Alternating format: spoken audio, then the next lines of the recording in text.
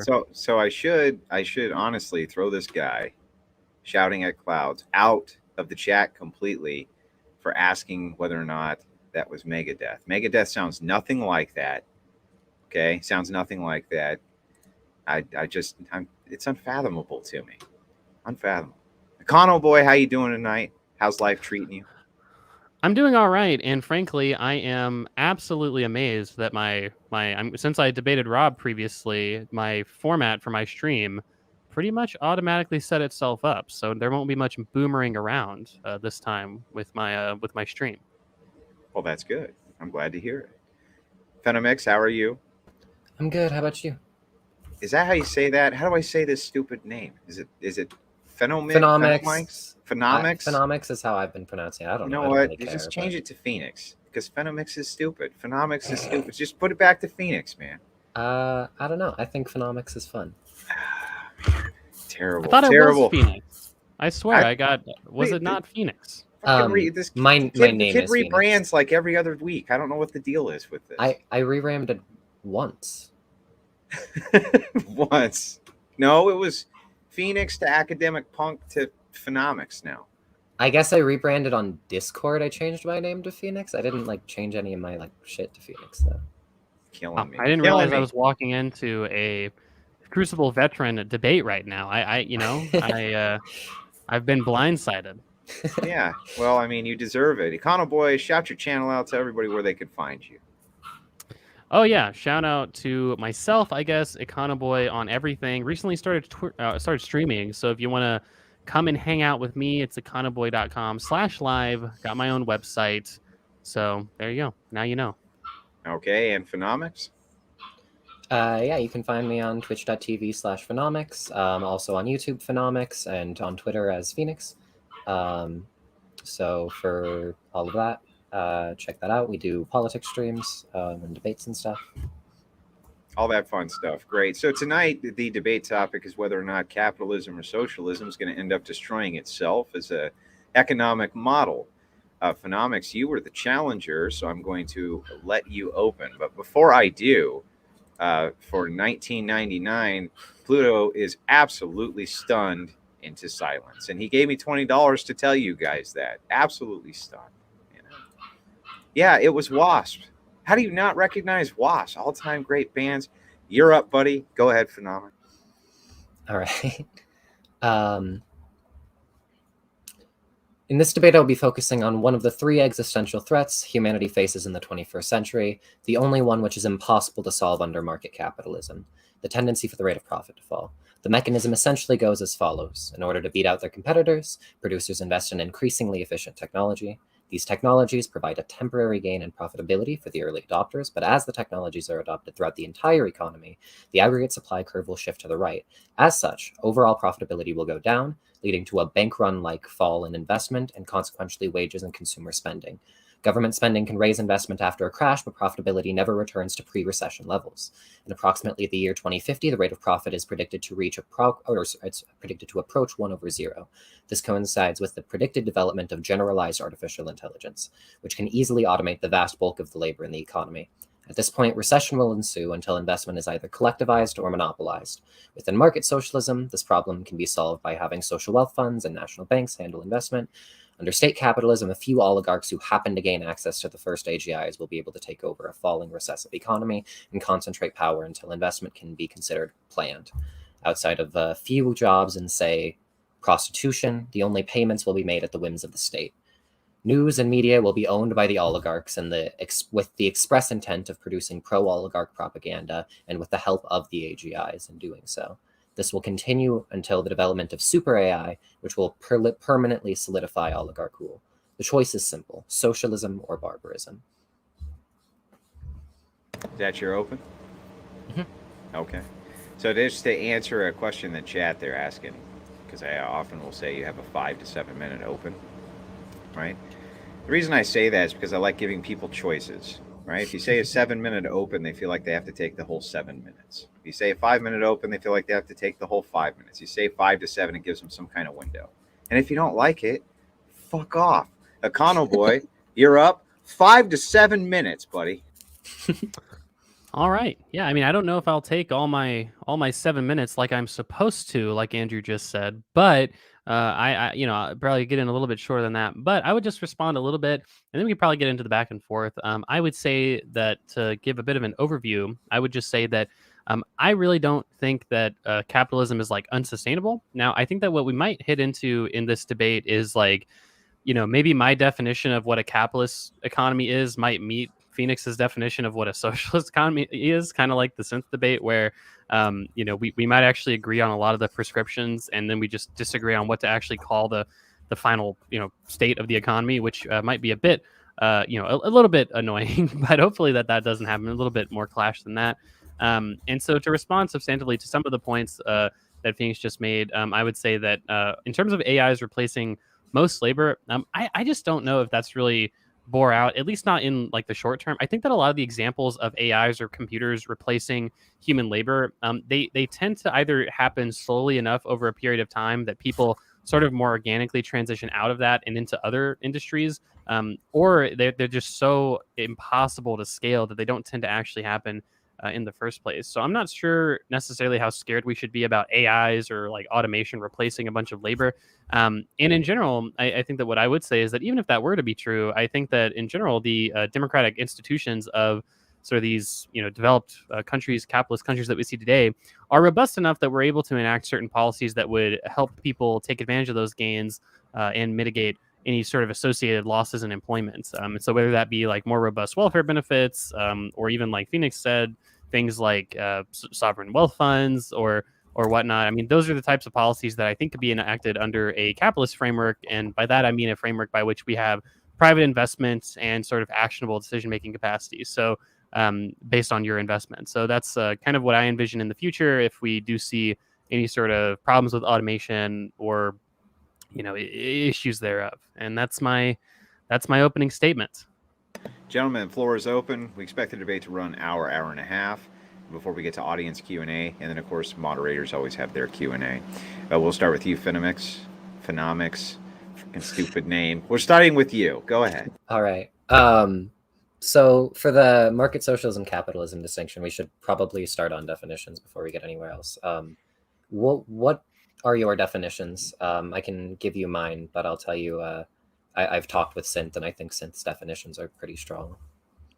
Yeah, sure. I would say that to me, capitalism is a system where you have private enterprise and actionable decision-making capacity based on private investment. So if I live in an economy where I can freely invest in a business and then that investment itself earns me a return, then I'm relatively comfortable calling that a capitalist economy. Now, there's probably a scale to this, right, that we can talk about. So if we have a situation where it's like in Cuba, for instance, where, they have sort of this selective private investment where it's a relatively small portion of the economy, then I think that we could have a quibbling debate over whether or not that's capitalism or not. I think that's a reasonable debate to have. But in generally, when like the broad part of the economy is privately organized, given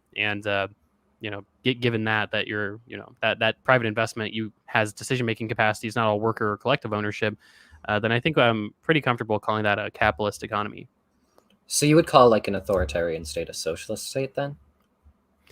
Well, I wouldn't call it capitalist. I think that that's when we get into this weird middle ground. Well, not middle ground, but this weird third category of like, fascist economics, which economists have been a little bit, and political scientists have been trying to pin down. But I think that fascist economics kind of falls into a third category, similar to like Chinese economics, where it's hard to call that capitalism, but it's also hard to call it socialism. So that's a good question, but I don't have a satisfying answer for it.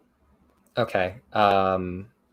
I think I disagree with you on the terminology there, but I don't think that it's going to get into the problems with the meat of the debate. So I can just adopt your terminology and work on. The only thing then would just be when I said state capitalism, you could replace that with your like fascist economics definition. So that I would say this like oligarch system would be the fascist economics. As far as you're saying that that AI can't replace labor, I think that makes sense for narrow AI.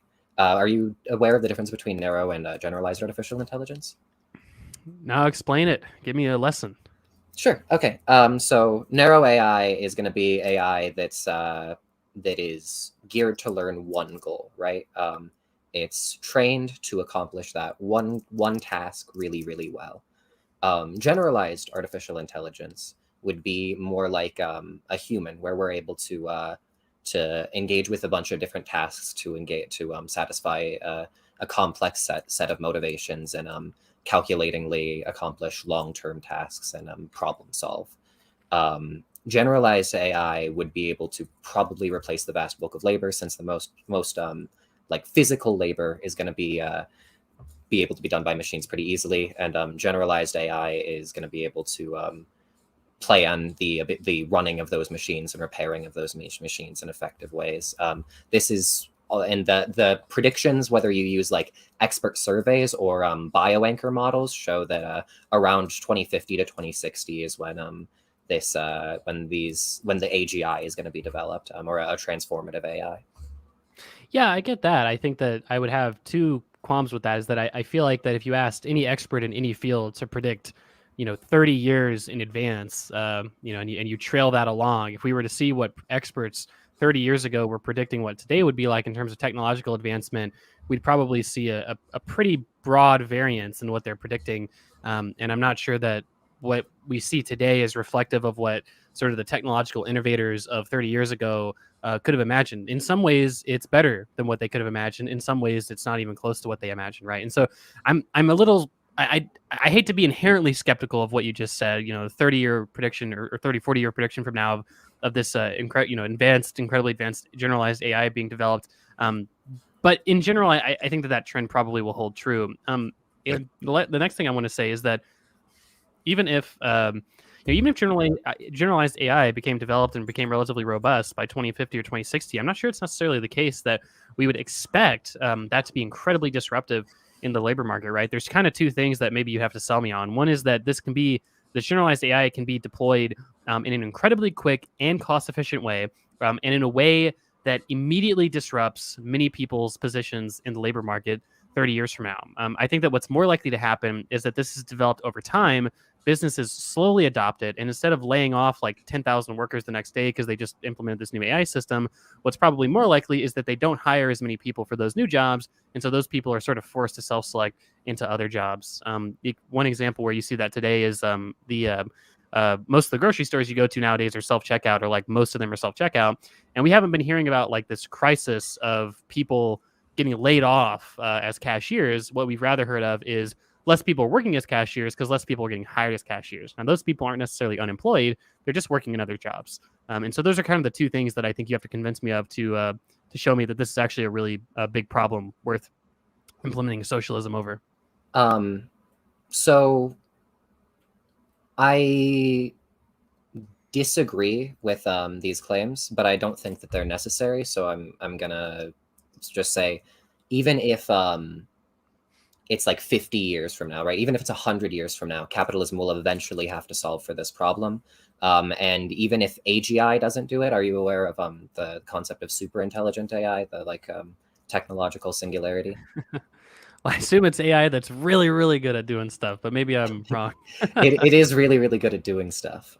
Basically, the idea is an AI that could develop a better AI, which could then develop a better AI, and an explosion occurs essentially in terms of productivity and technological development. This is predicted for 2080 by a lot of the same metrics. So again, even if we say it's like 100 years in the future and we say it's only with super intelligent AI, not with AGI, this is still something capitalism will have to contend with. So Skynet, you're saying Skynet?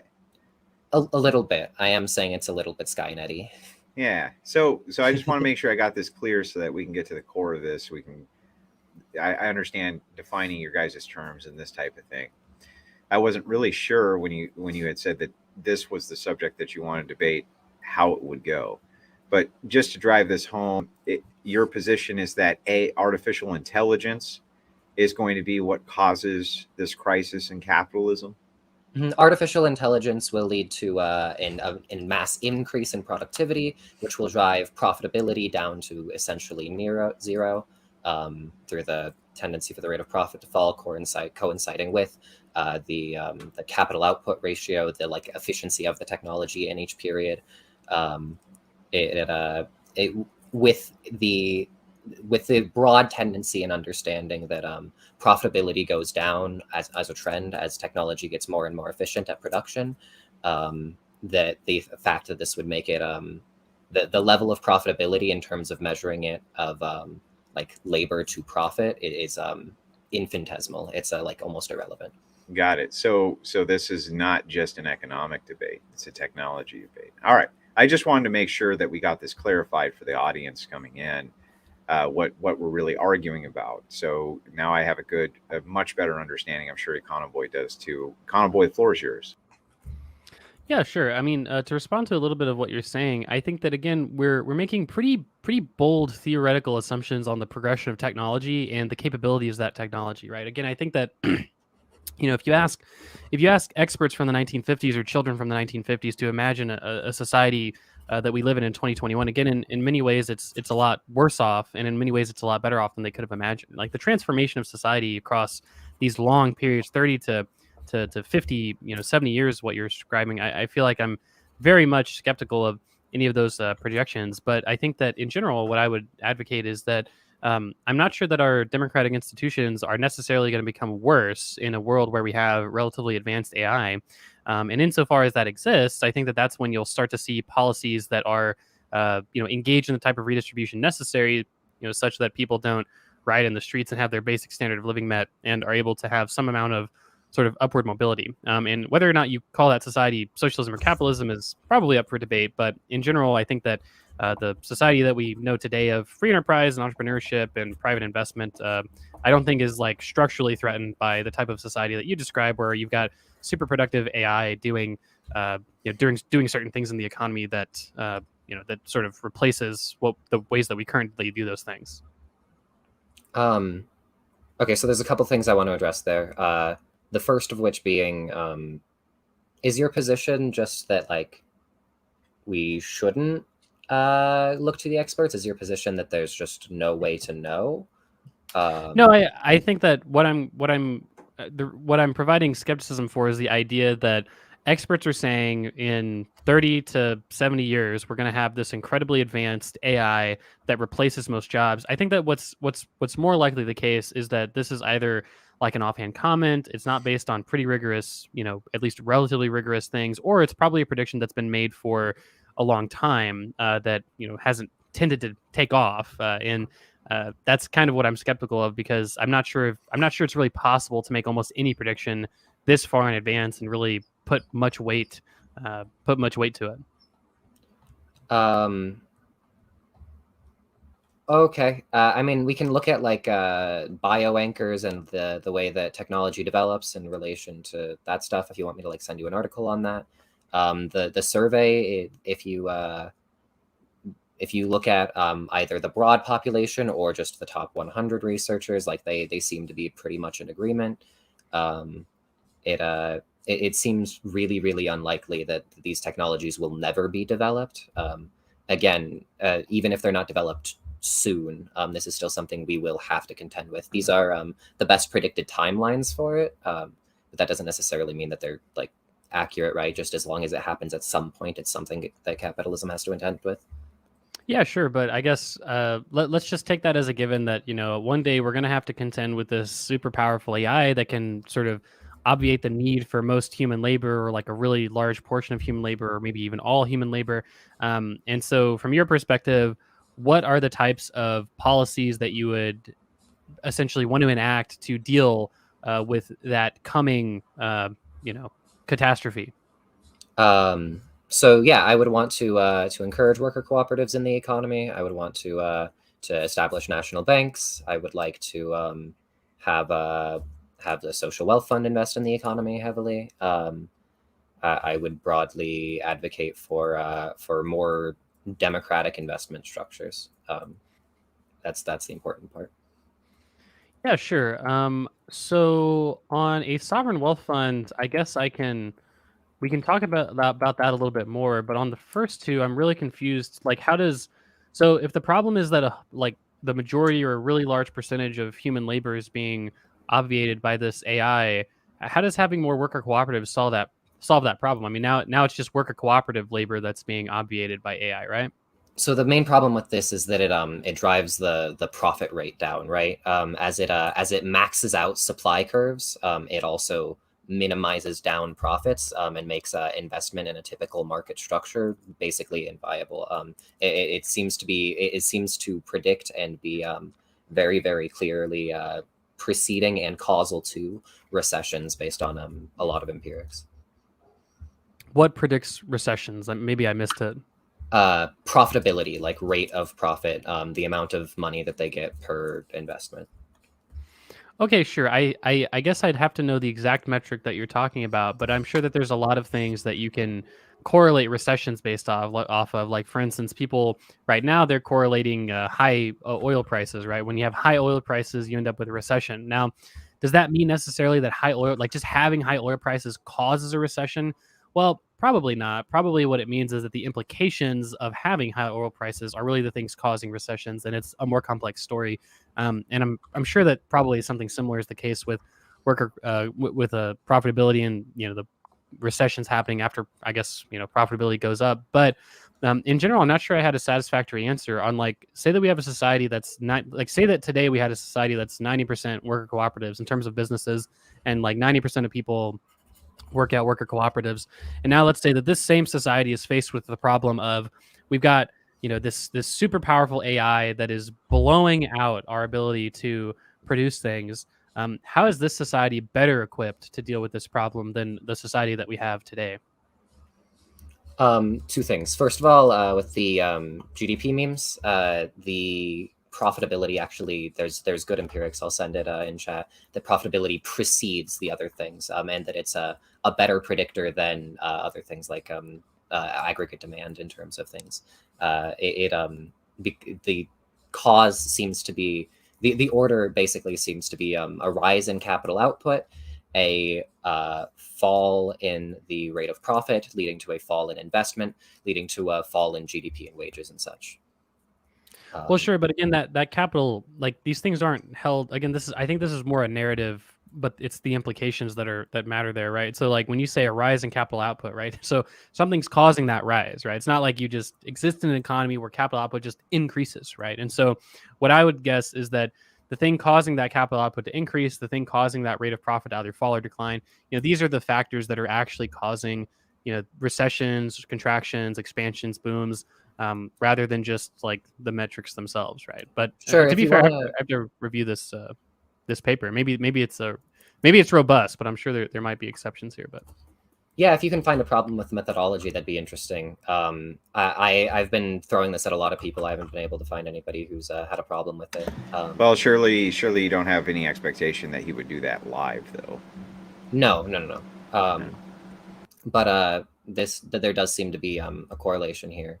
And further, if you want me to like do the breakdown, I do have a breakdown of the causes of the rate of profit. I have one that shows the constant exploitation rate of profit, which is like a really, really LARPy way of saying just like adjusted for how much how much of the wages to profit ratio is. yeah, sure. I mean, I guess like of total investment to profit.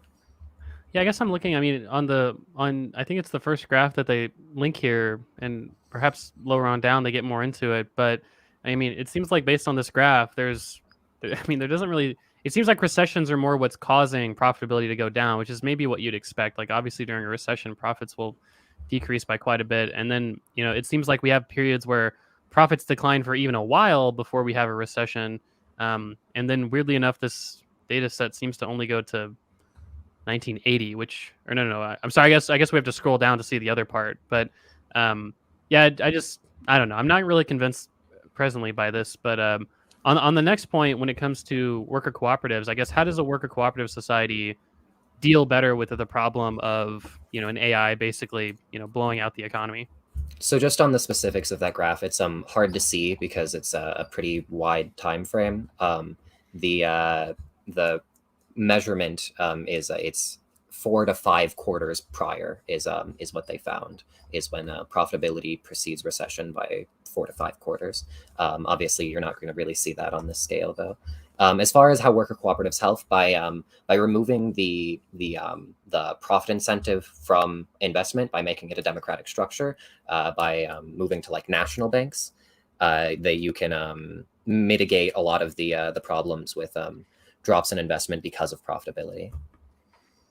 Well, okay, so two separate things though, right? So imagine a society with a worker cooperative, right? So say that because someone has to come up with the AI first, right? So if someone comes up with the AI, either it be a worker cooperative firm or just one of the few private firms that still exist under this system, that one firm is going to dominate every other firm, right? Like no firm is going to be able to compete because they've now got this basically alien technology that's blowing everyone out, right? And so in this society, I'm not sure outside of like expropriation or like you said, a sovereign wealth fund, how that works, right? It's just that you labeled worker cooperatives as like an independent way to solve this problem, and I think that fundamentally it's going to have to come down to maybe national banks if you explain the structure, and then like sovereign wealth funds. But I don't know how worker cooperatives by themselves, all else equal, help alleviate this problem more than any other thing you mentioned. I don't know what you mean by like independent. I meant worker cooperatives in tandem with a national bank. That's like the policy coupling, right? I don't want national banks to like just run and invest in capitalist businesses, because that can lead to a lot of problems in terms of like concentration of power. But the Okay. as far as the like the cooperative developing the AGI and being able to dominate anything, this isn't really a problem, right? If the AGI just hires everyone, and if the AGI has good goals instead of like profit-oriented goals, where its goals are like I don't know if you're a utilitarian, but if it has like utilitarian-driven goals, or it has metrics that can approximate that are more agreeable, then we can have a then we don't have to deal with the profitability dropping in investment again, which you see the problem. So first of all, you don't have to see the profitability dropping investment, and the worker cooperative is going to be democratic, right? So if it eats everyone, if it grows to take up the entire economy, then it'll be a democratic system, and that'll be probably the most advanced system, as long as the AGI has good goals. Ideally, we would have the government create the AGI and then use the AGI to drive investment in utilitarian ways, and either through like the sovereign wealth fund or through a more direct government sponsored initiative into investing in AI. But either way, that AGI would need to move to planning investment in the economy. Yeah, I mean, I think that this is where we get into that sort of Star Trek type fantasy world. Now, I get that what you're saying is that, well, a lot of experts are actually predicting that this technology will happen, right? And I'm sure that we can make many predictions over the course of a long time, and we might say that at one point that they will come true, right? But I think that in the world that you're describing, it sounds like you're describing a world where basically AI has become so advanced that it's like, it's like that central planning dream world where you can actually centrally plan an entire economy and do it more equitably and efficiently than like a market economy, right? Where you've got AI that's so advanced that so long as it's democratically accountable and sort of government operated, you don't necessarily need a lot of private market mechanisms. And maybe this is a world where we can actually agree that might be true, but I feel like it's a little bit difficult to it's difficult to clash on that issue, just because again, this is a technology that's only been theorized, hasn't been developed as far as I'm aware. Like really, really powerful and not necessarily autonomous, but like really, really powerful AI just isn't really a thing right now, and it's just a theoretical application. So I hope you understand what I'm saying. Like it's and not to cut. I'm sorry to cut you off, Econoboy, but we're 30 minutes into the debate. And to be perfectly honest with you, I've been following this and taking notes, and I'm still kind of confused as to where we're at. We had a $10 super chat came in that I think is going to help with this a bit, but maybe just as a broader overview so that I make sure that I have this down. What I'm hearing is Skynet's going to be here in 30 years, right? And I'm not even trying to be patronizing. I'm just saying Skynet is in an AI that can construct other artificial intelligence, right? Okay, this is going to be catastrophic for the human workforce.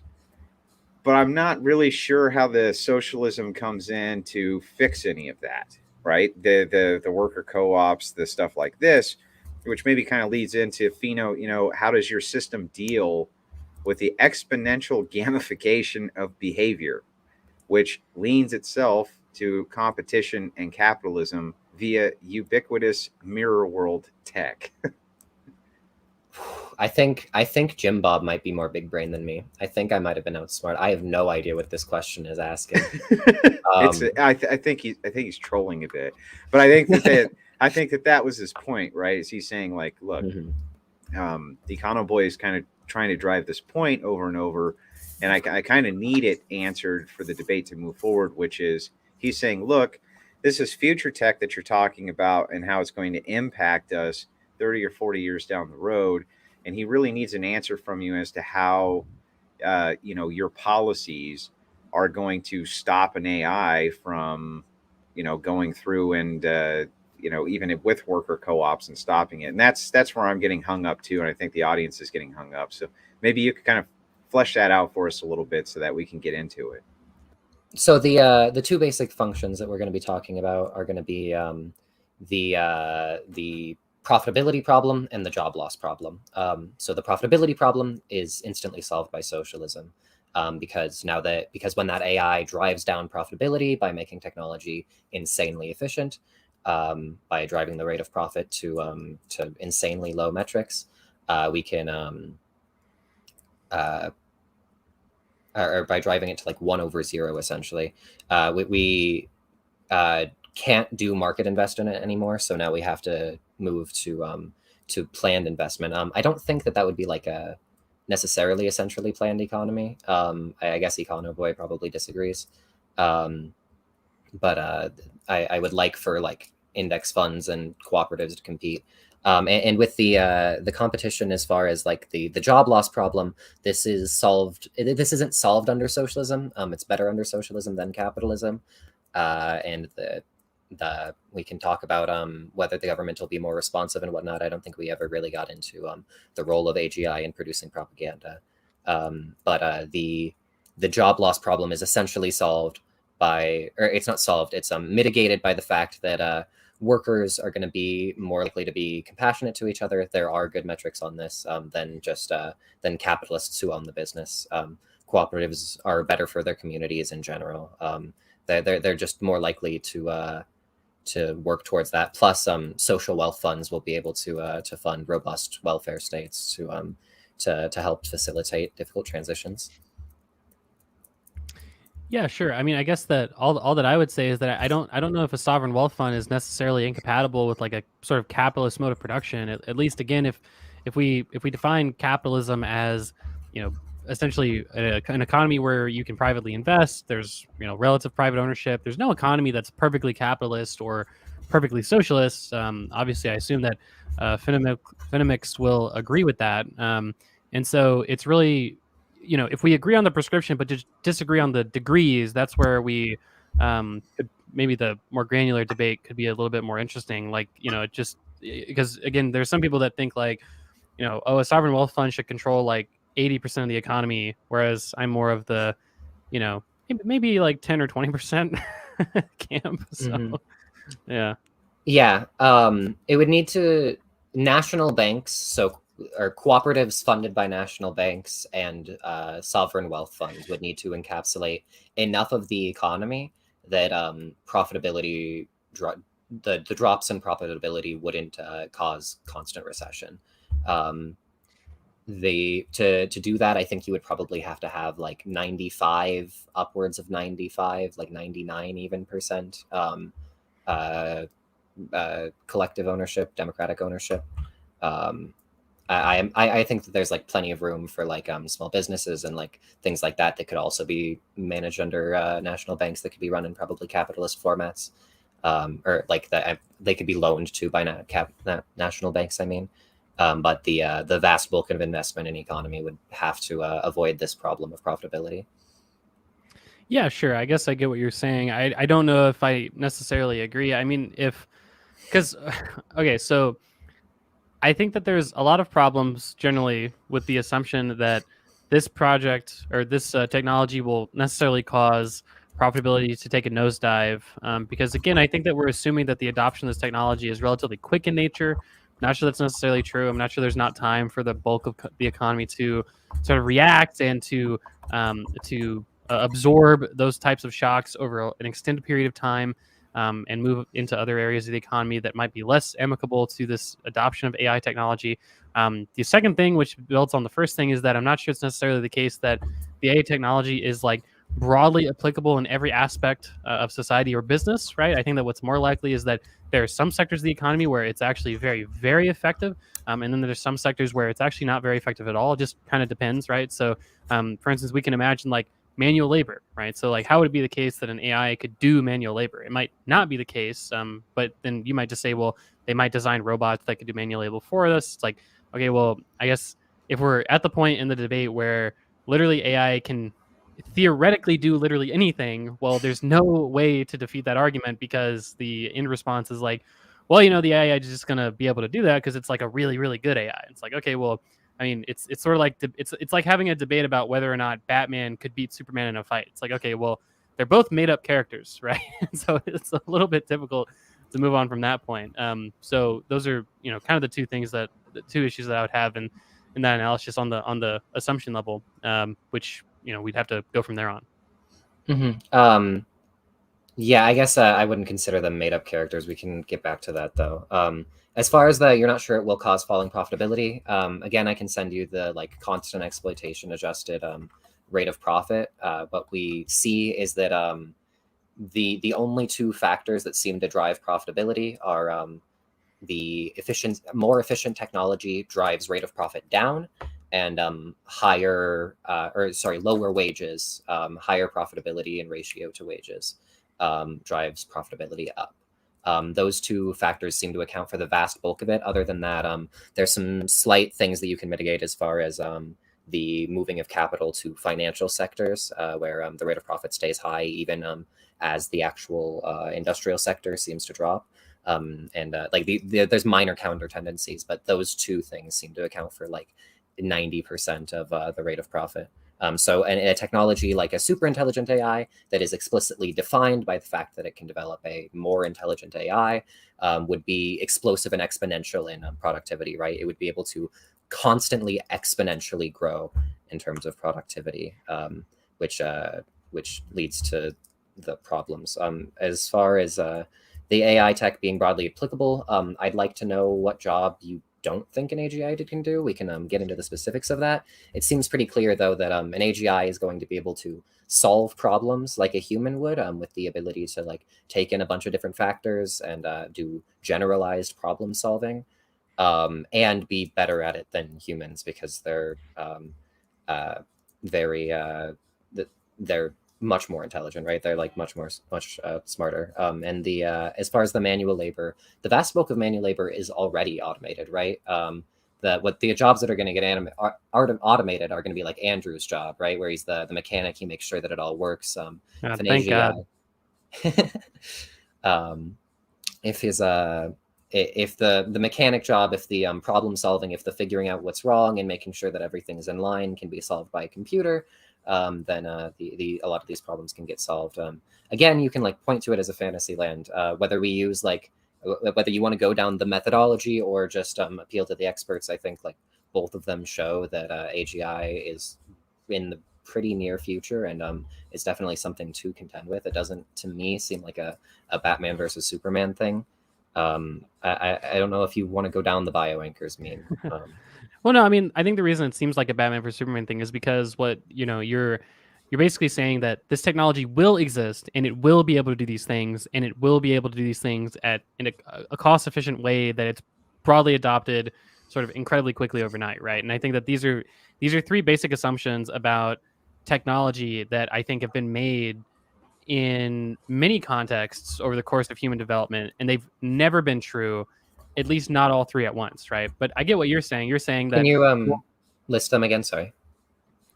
Yeah, so list what again? I'm confused. The three assumptions. Yeah, so I think that the assumptions would be that this technology will actually exist. It will be able to be developed, and it'll do the things that I say it's going to be able to do, and that this technology will be able to be implemented over an incredibly short period of time and at an incredibly cost-effective, in a cost-effective way, right? And none of these three things have been true for any technology over the course of all of human development. Now, I get what you're saying. The last thing that I was going to say was that, well, this time's different. This time I've imagined a technology that actually can do all three of those things, right? And it's not just me imagining it, it's a bunch of experts imagining it, right? And I understand that, and I'm not unsympathetic to that as someone who tends to defend the benefit of the doubt that we give to experts in their respective fields. However, I just think that in this case, it creates a debate where, unfortunately, the only conclusion that we can reasonably come to is, yeah, I'm just not sure about that actually happening. And then you're saying, well, actually, it will happen, and in which case we're kind of left with our hands in the air of like, yeah, I mean, maybe it will happen. I think that if in a world where AI does happen to the extent that you describe, a lot of those types of structures that you would advocate for would probably be necessary to some extent, right? We would probably need to have some sort of broad, government accountability or democratic accountability and just redistribution. Because obviously, in a world where only 1% of people have all the money and capital, and 99% of the people are starving because there's no need for their labor anymore, that's a world either with an overthrow of the government and capital owners, or a world where you have like a pretty broad base of distribution, which is something that we might be able to call capitalism or socialism. But I guess at that point, it probably doesn't really matter as much. The only difference would be, well, I guess we have to get into the AGI's ability to produce propaganda, and we probably, I guess, it's all going to be dependent on the AGI. I don't know that we can move past that, because my argument's going to be that the people who own the news stations are also going to be able to have access to AGI. The people who own the news stations are already pretty tied up in index fund interests and oil interests. And these media outlets are already going to broadly be representing the interests of the upper class, and with the ability to produce their interests with maximum efficiency and a fiduciary responsibility to do so in a corporate sense. It will almost certainly have bad outcomes in being able to produce incredibly effective propaganda. I don't know. I can send you the cold takes article, or I can just explain the basic functions. Basically, the bioanchors metric is looking at the development of technology in relation to the development of human life, or of life forms complexity, and showing how well, sure. How about answer this question? I think this would be important, right? Is that what about technology as it stands today makes you certain that in 50 to 50-ish years, we will see AI capable of automating basically all human labor? Sure. I've seen I've read a lot of DeepMind and OpenAI's research into AGI. I've looked into some of the more skeptical spheres, talking about the dangers. I looked into the more defensive spheres, talking about the possible benefits. The broad consensus in the objective sense seems to be that AGI will be developed, but that whether it's good or bad is pretty up in the air. It depends on how it plays out. As far as what about today's technology, the research projects that I can tell you about that they're already working on are going to be things like the Human Brain Project, where they're going to be trying to map the human brain to try and do that, but they're going to be able to do it with mass scale. They're basically going to be able to directly take a human brain and then just make it more intelligent. I have to kind of cut in a little bit on this $5 super chat from OG Snoop, who says, we don't have quantum computers yet. Is it capitalism if corporations implement social programs known as corporate socialism, but call it corporatism? I mean, I don't think we could. I don't think we could call a world socialist if all human need is being taken care of by corporations. That sounds a little Yeah. Like, especially if those corporations are privately owned, right? So, Well, like for instance, right, in the theory, whole yeah, chat's just skeptical of this whole thing, right? The whole yeah, thing is they seem to be very skeptical that we're anywhere near this doom and gloom. AI is going to come and yeah. begin building sophisticated robots that take over everything. And so I think his broader point is like, we don't even have quantum computers yet. Are we really solving for something that needs to be solved for right now? I don't know. You're pulling the chat. I'm pulling AI experts. I think that I'm going to side with them more. Well, And again, if we look at like the but bio anchors, the but don't you think that it's like, for instance, if I were to pull if I were to poll electric car manufacturers on the abilities of electric cars in 20 years, right? And if I were to poll them in the year 2000 or in the year 2010 or something, like 2010 is probably a better example because there's more people in the market, right? They probably would have wildly overestimated their own ability, right, to create an efficient and scalable, electric car. And so, if for you to be like, okay, well, on one hand, these are the experts of AI, these are the experts in the field.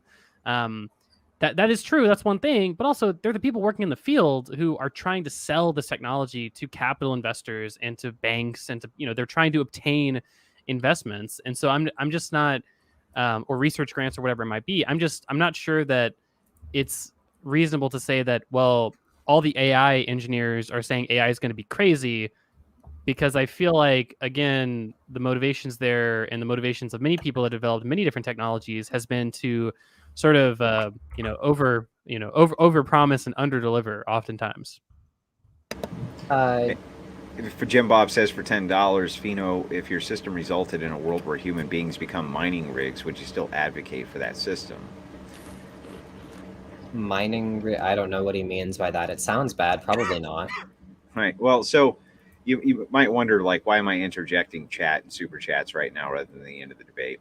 People seem to be very much interested in this, and they have kind of critical questions that they want you guys to get into, because this is something that people do think about far more often than we pretend that they do when it comes to AI and things like this. And so, he's asking, in a world where human beings basically, if we're just part of the matrix type of thing, would you advocate for such a system? And you're like, nah, I don't think so. It kind of doesn't feel right. You know what I mean? But what you're leading us into is the idea that AI is going to become so sophisticated that it's going to replace human labor. And I think that it's a hard concept for people to grasp. And so when you guys go into kind of these more minute details where you're like, well, maybe we can do things like social wealth funds and this and that in order to keep human labor or keep humanity afloat or things like that, I think that loses a lot of people. They don't even really understand what you're talking. Like, why would a social wealth fund do that, right? You're saying that this is going to be so advanced, the technology, that human labor is going to be pretty much obsolete. That's kind of a hell of a thing to dive into. Yeah. As far as the if we all became mining rig system, that's part of the reason that I'm like advocating for the economic pushes, right? The reason that I'm advocating for a more democratic system is because I think it's more likely to, A, because I think it solves the main profitability issues in terms of investment, and B, because I think that it allows for more moral outcomes. That democracy is going to allow for better systems to take place, as far as mitigating labor, as far as impacts on the community, and as far as creating like robust welfare states. If you want to get into the specifics of like why I think the technology of that, though, it's not going to be AI engineers that are thinking this. This is going to be AI researchers, AI professors who are going to be much more interested in safety stuff. If you look at the specific like specializations within the survey, if you want me to send it to you. Yeah, Yeah, I sure. mean, I've been putting your links up in the chat, by the way, just so you know, so that people can kind of follow along with what you're saying. I'm trying to make sure that the audience doesn't get lost as we're kind of going through, why you think that these different socialist economic models are going to be a great buffer from, kind of this perceived catastrophe that's coming. Yeah, I mean, I'm not sure I disagree with some of that, right? So, for instance, obviously, if we've got a world where all of human labor is basically solved by, AI, and we can imagine a world where that human or that power, that AI, is controlled by basically the billionaire who started the company that invented that product that's now a trillionaire because it's like the most transformative technology in the history of the human species. We can imagine how that world might not be as good a world as a world where that technology was bought out by the government and distributed equally, or rather was just controlled by the government and gone from there, or where a world where that corporation, like 80% of the shares are owned by the government, and then we could do with those profits what that sort of government-owned entity deems fit, which hopefully would be a little bit more democratically accountable. I think that the issue is that we might agree that all of those things are better. I guess that the issue that I just have is that I'm not sure that I'm not sure that that technology is actually going to come online in our lifetimes. I mean, in the next said by 20, I think you said by 2080. So I'll be in my 80s. Maybe it'll be around long enough to get it, solve immortality or something, so I can be around a little bit longer. But I just, that's kind of the question that I have in this debate. But obviously, the Star Trek future where we've got a replicator and like AI doing most things. I mean, that's sounds pretty sweet to me. I don't know. Yeah, I know it. I know it seems wild. I remember like the first time I heard this and looking at it, I was super skeptical.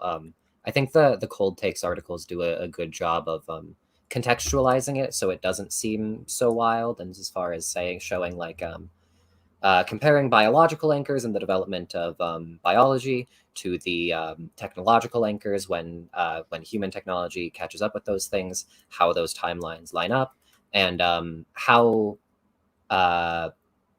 short our existence is and how much we've done in that time. This I think would be almost comparable to like the agricultural revolution, right? Like prior to the agricultural revolution, it would be like almost impossible to imagine what a world like that could look like. You have like a state now and society and blah blah blah blah. But with this, like it's really hard for us to imagine, but it seems likely based on like any predictors that we have. Well, so Phenomx, you're a smart kid, and I think what happens sometimes with you smart fuckers, right, is that you think kind of you walk into a bar and everybody knows what you're thinking, right? Like they have the presupposed knowledge that you do, and they don't, right? Like they haven't read the articles. They don't really understand where you're coming from this. They probably thought this was going to be just another boring socialism versus capitalism debate, but it really wasn't. What you're after is explaining that there's a dire crisis that you see that's coming up. It's, just maybe 30, 40 years down the road, and that we should probably be taking drastic steps to kind of mitigate this. But I'm kind of hoping you take a couple of minutes and just kind of build up what this crisis is, what it is that so that kind of we're not lost out in the weeds. You know what I mean? Sure. I tried to give a quick opening statement just because I don't like taking up all that time and like being able to frame the debate and like all that. Take up the time. But yeah, I can absolutely explain it. Really, really basic and simple. Essentially, there's there's certain what are called biological anchors, which are basically just when certain like evolutionary technologies were developed via evolution, right? When these when the technology when a similar technology was developed and the rate at which they develop, there seems to be a pretty strong correlation. And except for the fact that obviously human technology seems to develop a lot faster than that technology. As far as the human brain specifically is what you're going to be wanting to look at for AGIs. You want the abilities of AI to compare to the biological development of the brain. And looking at that, we find that that about 2050 or 2060 is when an AGI or a transformative technology would be developed. And this corresponds both with the experts and the predictions by the economists who predict falling rate of profit based on developing technology, just based on previous trends. As far as the what that actually affects on the economy, we've already talked about the job losses.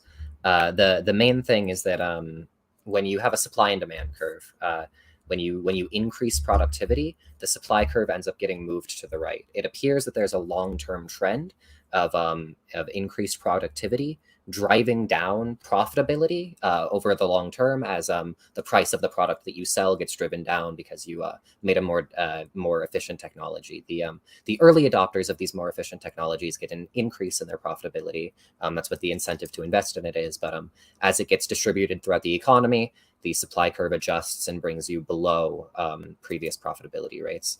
As we see this trend, it seems to cause recessions by causing drops in investment.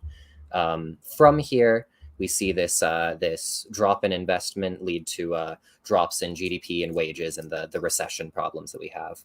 This problem, as Econoboy and I both agree, can probably be mitigated by Keynesian policies that would make people panic less about falling recessions. But also when we see that these policies seem incapable of raising profitability to pre-recessive levels, and that seems to be due to the capital output problem. The main thing is that a technology that would be able to automate all labor would have essentially a 1-to-0 profitability, right? They would have to invest nothing in workers. So they Okay. we're all close to nothing. Now I think we're all on the same page. Now I think we can kind of follow along with the rest of this. I'm sorry I cut in, but we want to try to eliminate as much confusion as possible. Econoboy, you got the floor. Yeah, sure. I mean, I don't know how much there is really left to say in this debate. I think that in general, what I would just say is that I am skeptical, along with, I guess, the chat that Andrew referenced on this technology being developed in the first place. I'm not sure. I guess I'm not sure how likely it is to be developed in general. I mean, obviously, it would be better for all of society if it were to be developed. So it's not that I would hate the idea of this technology being developed. And I guess that all that I would say is that in regards to the technology being developed in the first place, I would just say that obviously in a world where AI can basically do everything for us, I would much rather that that sort of product be collectively owned and determined than determined by some sort of private company. Obviously, as a filthy sockdem liberal, I'm not exactly a 100% against. Yes, you are. Yes, you are. Wow. Okay. I'm not exactly against all forms of like collective ownership or government industry. Obviously, like I believe in a single payer healthcare system, which is essentially just the nationalization of collectivization of the insurance industry, right? So I'm not 100% against that. I just think that really that where the only parts of this debate where we could get clash would be the probability of that technology being developed.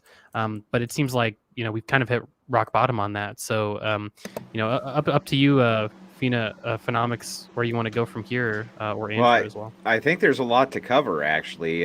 Made by Jim Bob for $10 says, wouldn't your system end up appealing to an AI directive as opposed to democratic deliberation? Now, that's a hell of a good question. I guess it depends on what you mean by AI directive. At the point of super intelligent AI, yeah, the control problem seems to be a big issue. Again, I'm just going to appeal to the fact that democratic institutions are probably going to be more likely to find a control problem that makes it that more in the interests of everybody, as opposed to like a corporation that owns it that explicitly has to give it the goal of maximizing profit. So yes, it's basically going to be AI directive, but I'd rather have the directive be determined democratically. Because that AI is going to exist and it's going to dominate everything if we don't create the good one first. What about the importance of hardware? He's saying, look, it's nice that we have all these projections going forward of what AI is going to look like in 30 years. I don't know, you're probably too young for this, but we were supposed to have flying cars by now. I don't know if you know that or not. Flying cars are just if we wanted flying cars, we could have flying cars. They just they don't work in like a traffic sense, and they're really expensive. Well, then we don't have them, right? So they're supposed to. You can't create like a functioning traffic system with flying cars. You just never could. Well, I mean, but we were still supposed to have them. Is the point, right? So he's saying Pheno doesn't understand the importance of hardware. He's saying, like, look, the hardware hasn't caught up with the software yet, and that's true, right? There's no two ways about that. And maybe technology won't just infinitely progress, right? There is always that that factor in there. So, like, kind of, how would you respond to what if we're kind of playing in the shade here when it comes to this mass hardware acceleration that you think is coming? So yeah, I would just appeal to the fact that that hardware, we have the hardware that could run it, right? Like Google's using DeepMind, OpenAI is using the Microsoft platform. These like massive server networks are even if the hardware can't like do it with individual computers, these massive server networks would easily be able to run it. As far as the specifics of whether technology will progress or not, I think that it seems pretty clear that market economies incentivize technological progression. I could be wrong about that. I don't know. Market economies with strong straight state influences do anyway. Well, and so this kind of leads me over to the Econoboy a little bit here, just to throw this on the table. I know you were like, I don't really know where to go from here. I don't really feel like you've addressed that many of Phenomx points when it comes to this. In this particular case, we can at least agree that we can envision this future that he's talking about. And now that he's expressed what that future is, I think that we're all kind of on board with what the hell he's talking about, right? So if this is what the future is and you can foresee it as a possibility, I think that you can kind of contend with his other, his points when it comes to his economic models. That seems fair to me. Well, no, I mean, I think I've already contended with them in the sense that I've said that, in a world where AI can basically, in a world where AI can do everything for us, and better than, essentially allocate scarce resources better than the market can. Well, then we've got a world where we have a fundamental choice, which is, do you want that technology to be controlled by like a capital elite, just basically the original person who created the technology or the person who owned the company that created that technology, or would you rather that technology be treated more like a public good, and owned collectively and discharged collectively?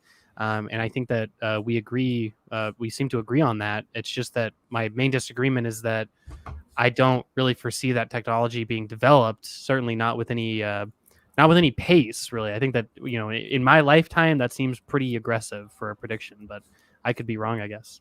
I guess one final point of clash, I guess, would be, what do you think the probability is that it will be developed in your lifetime? Well, it depends. If I continue eating the way that I do, I'm going to say pretty low. But if I get my act together and start exercising and eating healthy, I would say a little bit higher, but still pretty low. I would say the probability would be, it's probably the probability that any particular technological advancement is created. I would say, I'm going to give it a 5% or 10% or something like that. Not super high. But does he need to contend with that? Like, well, if we're just doing we can envision this as being the possibility, and then argue against the offset of that possibility. I'm not really sure that Phenomx really needs to contend with whether or not it's possible. We can envision that it's possible. So what are the economic outcomes that you guys would disagree on? Is it really just nothing? Like, you would both just kind of agree on what the solutions would be if this foreseeable future came in? Well, yeah, I mean, because it's kind of, it's sort of, it's you're asking, because essentially the debate at that point becomes like, in a world with this theoretical possibility that we disagree on the practical implications of it, but agree that it's happening now. In that world, in a world where, again, economics is the study of scarce resources. In this world, economics has become it's become a pure historical fact, right? Economics isn't really even a study anymore in this world because scarce resources are just optimally determined by this AI. And so it's just a matter of who is that AI accountable to and who controls the outputs of that AI. And in that world, I would say that the better world would be one where we don't have like a private capital interest controlling that technology, but rather it's again treated like a public good. Like some countries like healthcare or something like that, or like public roads or something, right? That world's probably better than the world where some private company owns that technology and controls it. So you do basically agree then with his economic solutions as an offset to this, if it becomes foreseeable that this is going to happen. Well, I don't know if a sovereign wealth fund, worker cooperatives, or like national banks would make as much sense as just the government just like buying the technology and then operating it. Because again, I think that the world that we're envisioning is a world where like competitive businesses just don't need to exist, right? Like we don't need banks and we don't need sovereign wealth funds because there's no reason to have them. There's no businesses to choose from which to allocate our capital, right? We've got the AI to do it for us, and so I don't really know if those solutions make as much direct sense as just like the government just buying it and then the democratic will of the people dictating where those outputs go from there. So yeah, my contention there would be, I guess, that I kind of sit to the right of you on this. I just would want. Damn. Can't believe it. I know, it's insane. But I think that like the more direct democracy provides more autonomy. It seems that like a cooperative system would probably be one where that you could like decentralize power to cooperative contribution. Something like what was the CyberSyn? That's right. Something like CyberSyn, but with like an AI that was super advanced, would be really good. And social wealth funds, I think, are a good way of making sure that there isn't too much consolidation of power as far as the political figures of state being able to directly impact the economic situation in that way, that you could have separation of powers in a democratic system. But if you've got a world where you have a super powerful AI that's capable of optimally determining the like flows and the what to do with inputs and then the outputs based on the inputs, right? Even if you like decentralize that AI to multiple different actors, the AIs will all come to the same solution, right? So you end up with basically no difference in output or control because they all end up doing the same thing anyway. I don't want to decentralize the AI. I guess I could be wrong. The AGI could do something. It could invest in something else. I just think that it's likely to invest in worker cooperatives because I think that's what's going to make people the happiest, is having that sense of autonomy.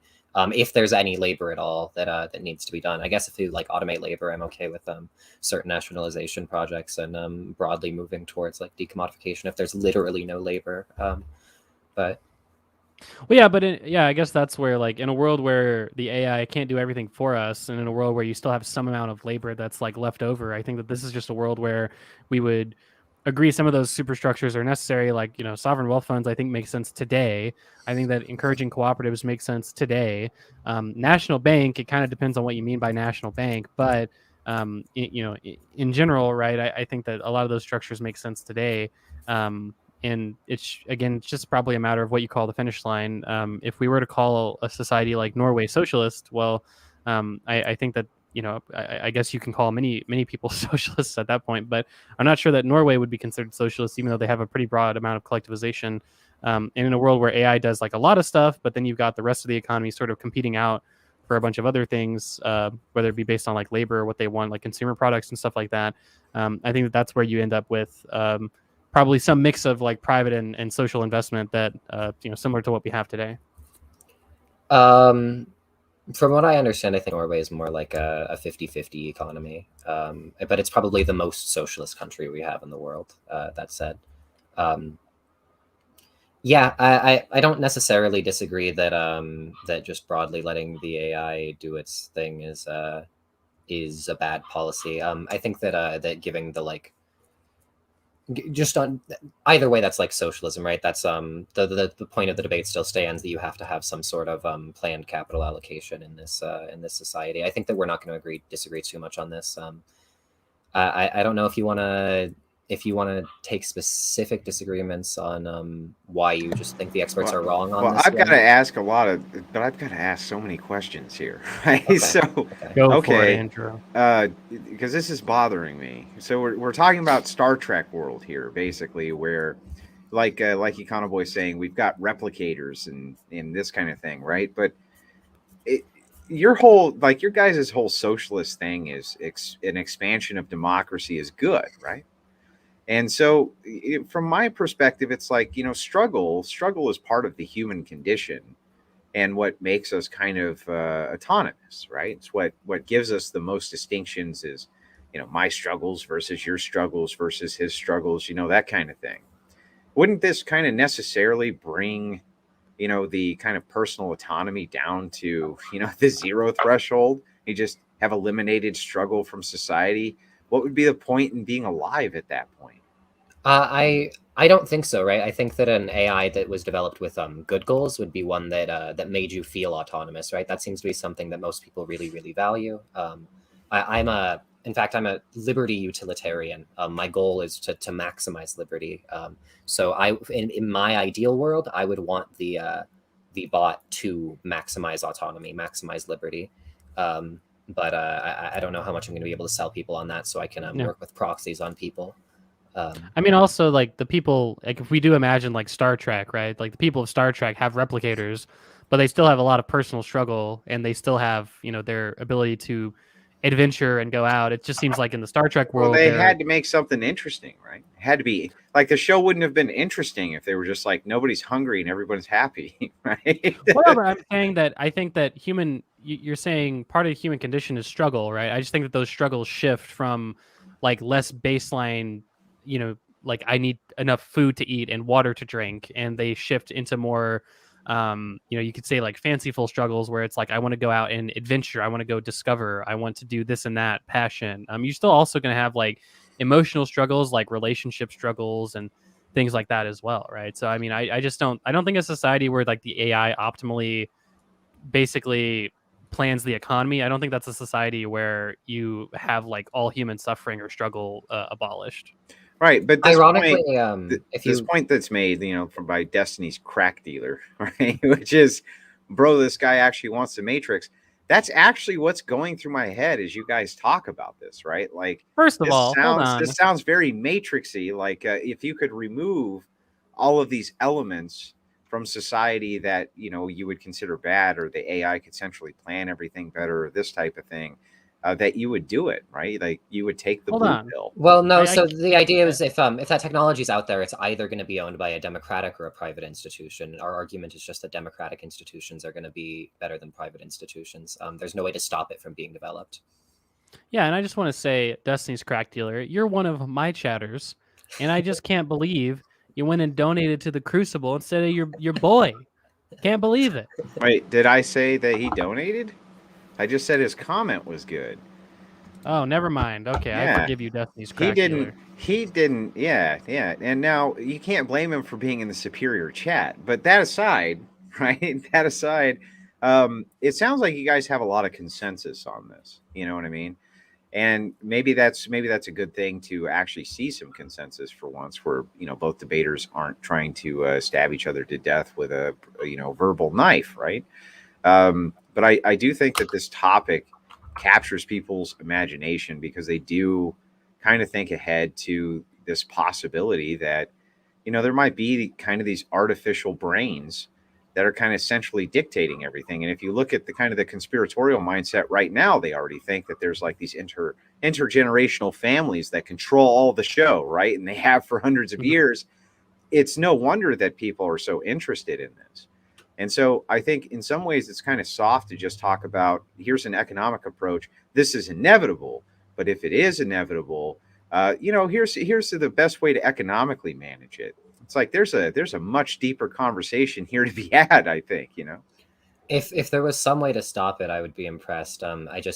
If we don't do it, like China will do it, right? We would have to have like some sort of global way of stopping people from developing this technology, which seems almost impossible, especially since once it's developed, especially a super intelligent AI, there's almost no way to control it, right? There's no way for us to like stop it. A couple of theories I've run with where it would be like a a super intelligent AI that its job is to like detect if another AI exists, and if so, to like attack and kill it. But the issue then becomes if the other super AI is better by some metric. Like if there's, I don't know, they're both like super intelligent, right? So maybe one's like slightly more super intelligent than the other. One has a more exponential growth rate, something along these lines. I don't know. These would be problematic. We're still living under a late stage plutocracy, kleptocracy, aka corporatocracy. We don't have capitalism. It's a fucking oligarchy now. Are the machines going to be different? Are the machines going to be better? You know, when the AI brains come, are they going to guide society in a much more benevolent manner in your guys' estimation? Not under capitalism. No. I don't know. I can't answer that question. I mean, I think that again, it's you're just limited by your imagination, right? So like if you can envision a world where a super AI is kind of like all powerful given the constraints of our physical world, but also for some reason able to be constrained in a moral sense, then the answer would be that yes, they would be better, right? But we can also envision a society where the AI is all knowing and all powerful given physical constraints, but cannot be externally constrained. So they might come out with the idea that like, oh yes, the best thing about society is doing this, but this just involves like killing all human beings because we're destroying the environment or something like that, right? Or something like crazy that might be terrible for humans, right? Skynet. Skynet, yeah, right? It's all super dependent on who gets to decide the goals. Yeah, I think that it'll have better consequences if democracy gets to decide it, as opposed to like, I don't think there's like 13 wealthy families or anything like that. But there's obviously very, very wealthy people that we agree have like a lot of power. So do both of you think that this is inevitable? I don't. I don't. Obviously, I don't think so. That was the first part of the debate. Yeah. I think that I'm either deferring to the experts or using logically using the bioanchors method. We can find that. Neither of these seem like very convincing to Econoboy, so I don't know. Yeah. Well, I mean, it's you do realize, of course, from Econoboy's standpoint, I kind of lean a little bit that way because I think to myself, all of the failed technological progress and promises that we've had up until this point have been astounding. If you just go back just the 38 years I've been on this planet, the promises versus the delivering on those promises have been they haven't been weighted favorably. Let's put it that way. You know what I mean? Sure. I just I think that we have better prediction models now. Our experts are better experts. I don't know. I don't know why Econoboy would. I know Econoboy generally would defer to experts on issues like this. I know Andrew broadly are more skeptical. But again, if you really just want to go down like the bioanchors, we don't need to like predict based on what the like feeling is or what the marketing is, right? We can predict based on technological development trends in biology versus human technological development, and that seems to do the trick too. Gotcha. If you guys want to keep sparring, you're welcome to, or you can move into closing statements. We can get to some of the audience questions, whatever you want to do. Yeah, I mean, I don't think I really honestly need a closing statement. If Phenomx wants one, go for it. Other than that, we can just get to the Q&A. Sure. I guess we both agree that provided that an AGI will be developed or some sort of transformative AI, then socialism will be a necessary solution. I guess we just disagree on whether it will be developed. I would appeal to the biological anchors method and expert survey opinion. Econoboy would appeal to, I don't know, there seems to be like an intuition. I understand the skepticism. I advise everyone to go read the Cold Takes articles. Gotcha. So with the debate closed, we always do things a little differently at the Crucible. I've had to interject way more in this debate than I normally do, mostly because of the confusion that was coming out of the audience. So I hope we got a lot of clarification out there, and I think that we did. But the moderators usually engage with their questions first. Pedro's not here tonight. but I do have several that I kind of want to beat these guys about the head and shoulders with. The first for Phenomx is you realize I work in robotics, right? Mhm. Yeah. So I want you to understand the difficulty in making a robot do anything that you want it to do. It's extremely difficult. And mostly it just runs off of timers, right? Like we think of these things as being Yeah. very advanced, but most of the logic controls that go into robotics are just timers. Just like when sequence A happens, then sequence B happens, et cetera, right?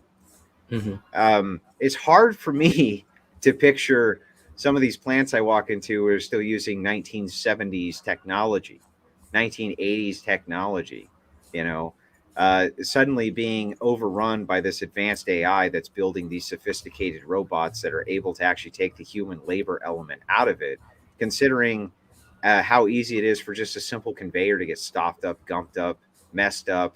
You know what I mean? Mechanical devices, almost their nature is to fail, you know? Yeah, that's all 70s and 80s technology. That makes sense. The trick would be that AGI would be like necessarily transformative, right? It would necessarily mean that some business is going to be able to, some business or entity or whoever gets control of it is going to be able to accomplish their goals almost unstoppably. With the specifics of the hardware, I understand like why you don't think they could operate it, because you see like the slowness of the implementation. Even again, if we grant the slowness of the implementation, we say it's like another 30, like you said 70s and 80s, so 50, 60 years, then this is a problem we have to deal with at least by like 2150, right? This is like a problem that has to be dealt with soon enough that it's worth considering as a political issue, much like climate change. As far as the specifics, also the AGI should be able to develop the schematics for hardware that's going to be a lot easier to function. And when you talk about the timers and the intellect on those aren't going to be based on either any sort of machine learning metrics, but which define both narrow and generalized artificial AI, or these machine learning metrics that allow them to self-optimize. Okay, gotcha. Question for Econoboy from Synth. He said, you said that GAI isn't inevitable. Do you actually think it's more likely than never be developed ever?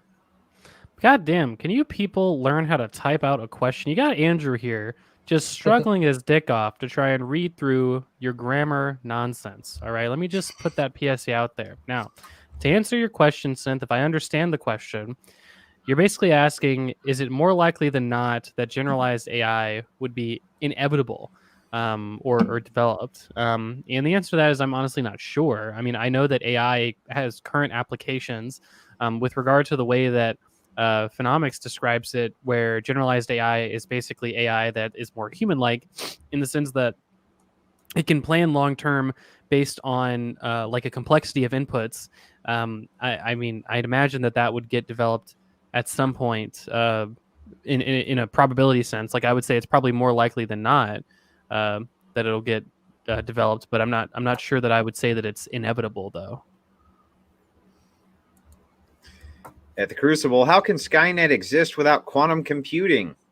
Put simply, as a type of computation that harnesses the collective properties of quantum states to perform calculations. Was that read to the degree in which you would like it read, Econoboy? Oh no, I just wanted to make sure. Andrew, I wasn't criticizing your reading. I was joking criticizing with you. I'm joking. your Calm down. illiterate Calm audience. down. Calm down. Okay. Anyway, to the question though, Econoboy. Yeah, I mean, I don't know if this is a question more for me or for Phenomx. I mean, how can Skynet exist without quantum computing? I mean, I don't know. I'm not a technology person. It sounds like Phenomx would probably know the answer to that more than I would. Yeah, it doesn't seem necessary that we would need quantum computing. Quantum computing works on very different types of logic chains than what AGI would seem to depend on. the models that work best, if you look at OpenAI or DeepMind's website, they're going to be able to explain a lot more of what tools they're using to develop AGI and what's more within the realm of possibility. For Phenomx, I don't know. Change the fucking name. Is democracy a good in and of itself? If so, why so? If the AI has judged it's not, and we shouldn't be democratic, should we accept that? No, democracy is not good in and of itself. I think democracy is good insofar as it accomplishes goals, which is that it makes the world a better place. I think that democracy makes better decisions than any other system. Question for Econoboy from Synth. A follow-up. If you're not sure, shouldn't you appeal to the experts? Also, would you say you're not sure if capitalism won't actually destroy itself? Yeah, I mean, I would say that when it comes to appealing to the experts, there's a difference between, like, in an informed sense, appealing to the experts and just always appealing to the experts no matter what, right? Again, I think that what I've described in my videos in the past and what I've tried to voice in the midst of my conversations online is that you give experts the benefit of the doubt, right? And that's as far as your sort of charitability to experts should go, especially in an environment where you don't have enough knowledge to challenge directly on the merits what an expert is saying, right? And so, whereas in this case, it seems like I can recognize what the experts are saying, but I feel like there's a ton of doubts and sort of wrenches in that sort of prediction that I think are legitimate enough to bring up and legitimate enough to ground my skepticism of that prediction so far in the future. And to your next question, would you say that you're not sure if capitalism won't actually destroy itself? I mean, I'm not sure if capitalism won't destroy itself. I would say that I guess it depends on what you mean by capitalism and destroying itself. I think that it's you just have to justify that statement. I wouldn't say that capitalism will destroy itself in present form, but maybe upon further discussion, you could change my mind on that. The Crucible, the Phenomx. Is the fact profitability is decreasing necessary to your argument for co-ops and socialism? If that study is incorrect, do you no longer call for socialism? No, this is the most existential threat. I think this is the most important reason for socialism. But I think that socialism also just has better consequences in general. A market socialism system in the status quo would be better than a capitalist system. Now I'm going to read this question, but I have a feeling people are going to dodge, but I'm going to read it anyway. Question for Phenomx. What if AI tells you democracy does not make decisions better than any other system, but a dictatorship is best? It seems really, really unlikely based on all the data we've seen. But if it just so happens, if that happens to be the case, then that has better consequences, and it maximizes liberty or accomplishes similar goals that we could all agree are good consequences. To do what the machine says, even if it's counterintuitive to you. I mean, there are all sorts of correct things that are counterintuitive, right? It's probably not that many. Maybe some things, but I don't think most things are counterintuitive. I don't know. I think the whole the fact that matter is all made of energy particles is pretty counterintuitive. I think that a lot of the way that we handle gravity, the fact that it's just everything's attracted to each other, that seems pretty counterintuitive. Yeah. I mean, abstract concepts maybe, but in real time application, I don't think that people do that much that's counterintuitive. And your politics, they're kind of intuitive to the nature of how people respond and act to things, right? So whether this machine is telling you look, a dictatorship's best and everything inside you is screaming, no, it's not, you're just going to do what it says. I mean, I guess if I'm logically convinced that it's wrong, then I would disagree. But I would probably defer to it just in the sense that it's going to be a hell of a lot smarter and it's going to hold my goals. If it doesn't hold my goals, or it's less intelligent than me, or there's something that tells me that that suggests to me that it's not holding my goals, like the fact that it would suggest a dictatorship, unless it could explain why, I wouldn't it would be like an offset. But if it could explain why, and it actually showed that dictatorships had overall better consequences, that it like led to people actually having more freedom because the dictator somehow like secured civil liberties or some shit like that, I could get behind that, I guess. But I don't think that's the case. I think that seems incredibly unlikely. Econoboy, we're gonna trust the dictator because the machine tells us to. Yeah, I mean, I don't think I would agree to that, because again, I think that if we're working in a world where we can put reasonable external constraints on an AI, we could start with some sort of like prescriptions, or like not prescriptions. We can start with some sort of like presuppositions that I think would be, not to use the word intuitive like BPF, but like generally that we would intuitively find most satisfying. So like some external prescriptions or presumptions that we could input into the AI before it started, distributing goods and services and whatnot, could be like, okay, we're operating under the assumption that like we have a fully democratic economy, or a fully democratic government, one person, one vote. So given like that, and like given that we're under the assumption that like you can't murder, you can't rape, given like these constraints of an AI now optimally distribute all the goods, I think that this is a kind of that sounds like something that you could do. And if we were to like fully unconstrain the superpower AI, it might come to the conclusion like, yes, like the best thing to do is to take control of the nukes and nuclear bomb, Beijing or something like that, right? Which is probably an outcome that it might come to that outcome because it's a machine, right? But it's Right. It probably depends like on the morally goals we give it. unsatisfactory. Again, Well, that's what I'm saying. Like, if one of your goals as a socialist is to like democratize the economy and like democratize government, then you would necessarily have to put in that presuppositional constraint into the AI. Like, this wouldn't be a question it would ever ask itself because you would already have that presupposition programmed into the AI. So AI. At this point, unfortunately, we have to get into normative systems because that's the only way that we can talk about like the ways that we want the AI's goals to be oriented. Are you a utilitarian? I think I've heard you say you were before. Yeah, I would say so. So if the AI had utilitarian goals and it had like the same definition as you, then it came to the conclusion that that a dictatorship would maximize utility, and it could explain to you why in a way that that made sense. Would you then support a dictatorship under the AI, or under the direction of the AI?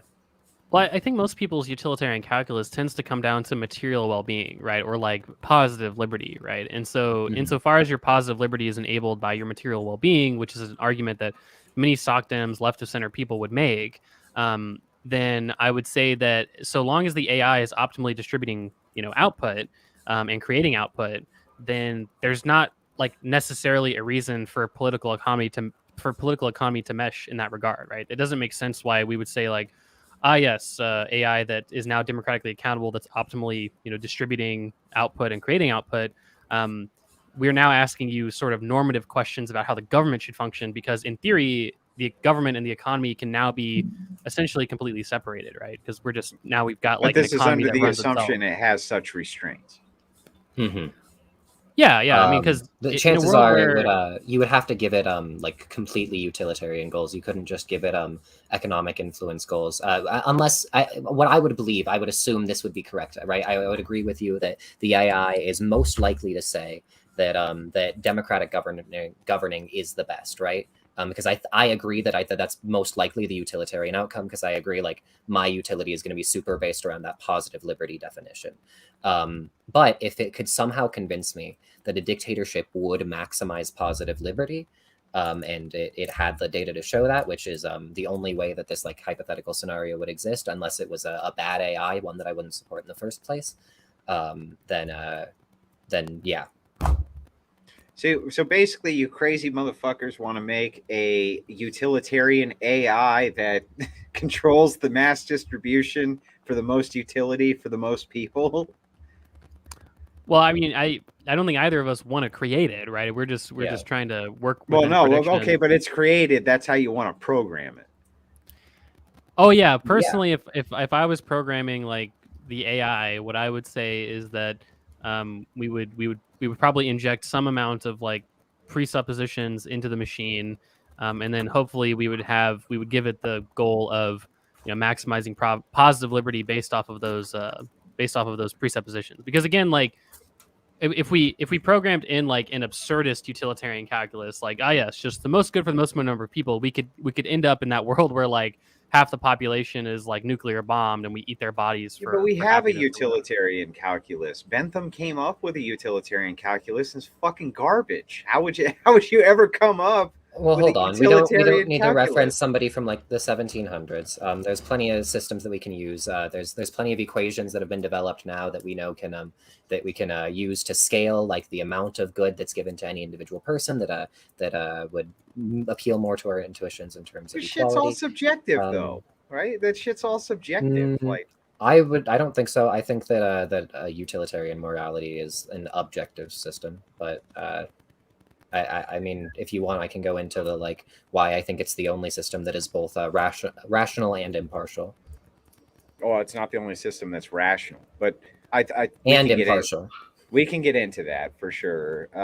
At the Crucible, AI development uses high-level languages which interact with lower-level languages. How will AI compete with a new low-level language without the high-level language? How will AI compete with a new low-level language without the high-level language? I'm not going to lie, I don't understand the question. Well, he's saying he gave qualifiers. He said Python, and then he said assembly. So he's saying that there's tiers for how these programs communicate with each other. So I don't know why you would have like trouble with that. If the AGI could had like limits in terms of what it was able to do with if it had limits in terms of what it was able to do with investment or with the current programming language it was using, then it could like develop its own language. It can move there. It doesn't seem. I know that a lot of narrow AI is developed with things like Python. Again, I believe DeepMind doesn't use that type of programming language.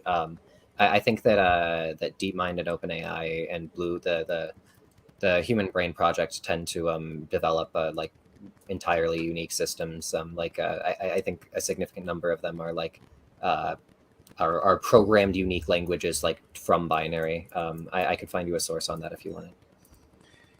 Yeah, I mean, we're gonna come back and have an open panel on this because this is it's a fascinating thing. I'm gonna get like 6 of you bastards together and we're gonna do this. But Econoboy, what do you think, man?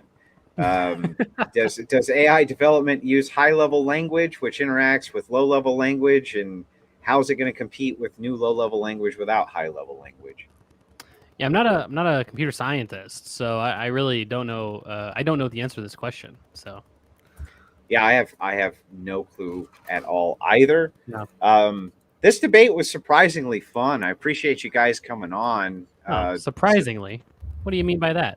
Well, I meant Andrew hates economics. Well, no. Phenom's great, but Econoboy is a piece of shit. So I was I was a little concerned, you know. But it turned out Andrew to be okay. hates economics after we talked about economics a couple times. I can see why he hates it now, but you know, What do you mean? I absolutely adore economics and destroying foolish economists. But anyway, that aside, Econoboy, shout out your channel. Tell everybody where they can find you. Yeah, if anyone's interested, I'll be streaming for probably 20-30 minutes after this debate, and just kind of talking a little bit with chat, maybe going over an article or two. So in general, if anyone's interested in economic analysis, scripted videos and discussions and debates like these with like more and less educated people than myself, hopefully all with the purpose of generally like more education and less blood sports in general, then come on over to Econoboy on YouTube or on Twitch, or go to econoboy.com/live. Just pretty much all the things, and just participate there. Should be fun. Yeah, the thing that I would say too, make sure that you do go over, make sure that you do like and subscribe. Econoboy is a longtime guest on the Crucible. He's always been a good sport, and we have a good relationship with his program. We recommend that people go over there and like and sub. Pheno, tell everybody where they can find you. Yeah, once again, twitch.tv/Phenomx, YouTube, you can find me Phenomx there. I'm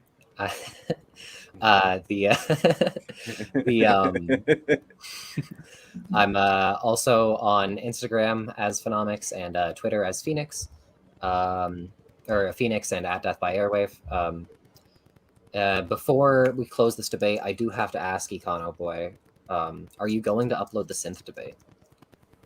Am I going to upload the synth debate? I think I've already explained this. We didn't really disagree on much, and it was really boring. But if synth wants me to, More I can upload boring it on than your my- regular fucking content? Come on, dude. No, Are real you quick, fucking no. serious? You Me- could me fucking saying- make, dude, you could make paint dry look entertaining, and you're gonna come down on the synth debate? Upload the fucking synth debate, you prick. No. Jeez. Quickly, hold on. It's not that synth was boring. It's just that honestly, we just agreed on most things, which made it a little bit boring. But anyway, if synth wants me to, maybe send me the. I don't know if I even still have the recording. Maybe send me the recording. Yeah, we've got the raw VOD. I'll send it over to you. The rod. Yeah, the raw VOD, you fucking prick. I got you. See, why you gotta make it the raw? Get the fuck out of here. You're both pissing me off. Have a wonderful night. We'll see you guys at the next debate. Take care, everybody.